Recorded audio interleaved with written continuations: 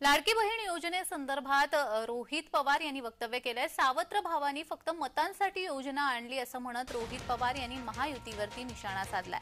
महायुतीच्या मेळाव्यामध्ये मुख्यमंत्री माझी लाडकी बहीण योजनेचा उल्लेख केला जातो। या योजनेच्या माध्यमातून लाभार्थी महिलांना दर महिन्याला 1500 रुपये मिळत आहेत। मात्र भाजपचे आमदार टेकचंद सावरकर यांनी लाडकी बहीण योजनेबाबत केलेल्या वक्तव्याची जोरदार चर्चा रंगली आहे। रोहित पवार यांनी काय ट्वीट केलंय पाहूयात।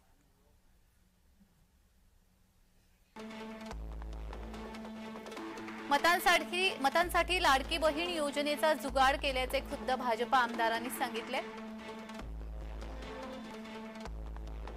सरकार मतांसाठी लाडकी बहीण म्हणत असेल तर सरकारची भावना मात्र सावत्र भावाप्रमाणे आहे। असो, सावत्र भावांनी केवळ मतांसाठी योजना आणली असली तरी मविया योजनेतील त्रुटी दूर करेल। तसेच लाडक्या बहिणींना सुरक्षा, मुलामुलींसाठी नोकऱ्या आणि इतर महत्त्वपूर्ण गोष्टींवरही महाविकास आघाडी काम करेल।